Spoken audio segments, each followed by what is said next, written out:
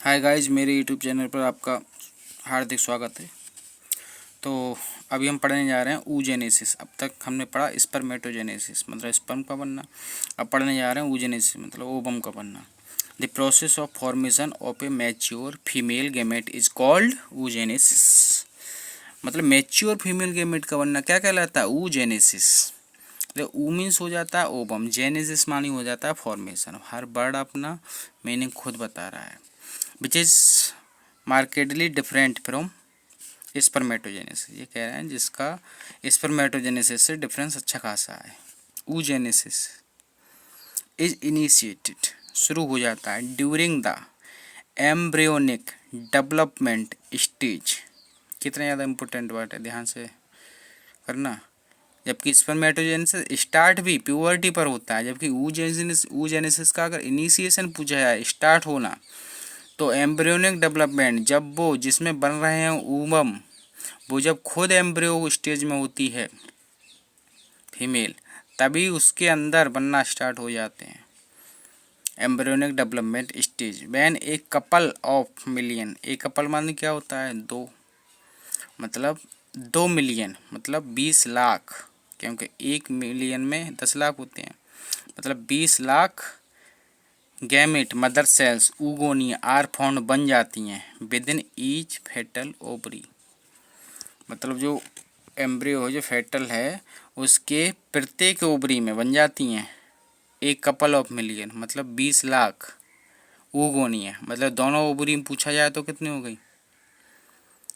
2 couple मतलब 40 lakh oogonia। और ध्यान से, इसका मतलब ये नहीं है कि पूरा ओवम एम्ब्रो में भी बन गया, एम्ब्रो में ही बन गया, केवल स्टार्ट हो जाता है ना। ऐसा थोड़ी हो जाता है कि पूरी तरीके से बन जाता है। अब बहुत इंपॉर्टेंट बात है, लेकिन ये भी no more oogonia are formed and added after birth. हाँ, ये पक्का कि जितना बननी होती है पहले ही बन जाती है, जन्म से पहले। बाद में ना कोई बनती है ना कोई ऐड होती है। These cells start division. ये कोशिकाएं जो है डिवीजन को स्टार्ट कर देती हैं, विभाजन को स्टार्ट कर देती हैं। And enter into prophase first of meiotic division. ये सेल डिवीजन वाले चैप्टर में डिटेल में पढ़ेंगे। मियोटिक डिवीजन की ये फेज होती है, फर्स्ट मियोटिक डिवीजन की फर्स्ट फेज, प्रोफेज फर्स्ट। तो ये कह रहा है enter in prophase first of the meiotic division and get temporarily और अस्थायी रूप से अरेस्टेड रुक जाती है एट दैट स्टेज, यहीं पर रुक जाती है। कहाँ पर? प्रोफेज फर्स्ट में।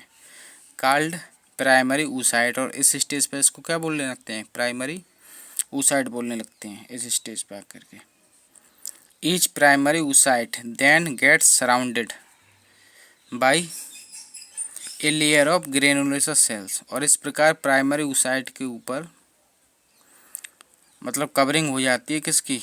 ग्रेनुलोसस सेल्स की। And is called the primary follicle. और अब इसको क्या बोलने लगते हैं? Primary follicle. फिगर 3.7 में दिखाया गया है। इसको फिगर 3.7 को अब ये पूरा पढ़ लेंगे तब डिटेल में समझते हैं। और इसका आप घबराना मत, यहीं बहुत ज़्यादा कॉम्प्लिकेटेड लगता है, लेकिन इसका मैंने सीक्वेंस भी बना दिया है। सीक्वेंस से भी आपको समझा दूंगा अभी बाद में। A large number of these follicle degenerate. इनमें से ज़्यादातर फॉलिकल जो है डीजेनरेट हो जाती है, मतलब नष्ट हो जाती है during the phase from birth to puberty.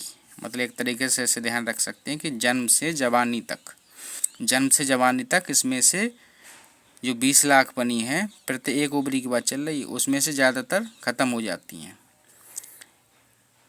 Therefore at puberty only 60,000 से 80,000 60,000 to 80,000 primary follicle are left बचती है इन ईच ओवरी, प्रत्येक ओवरी में।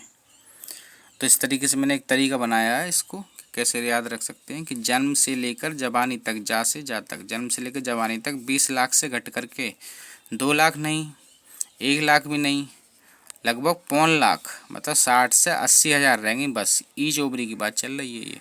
इससे ध्यान रहता है, इस तरीके से अगर ध्यान रखते हैं तो। बाकी शेयर करें, सब्सक्राइब करें, इससे आगे का बाद में देखते हैं। बहुत बहुत धन्यवाद।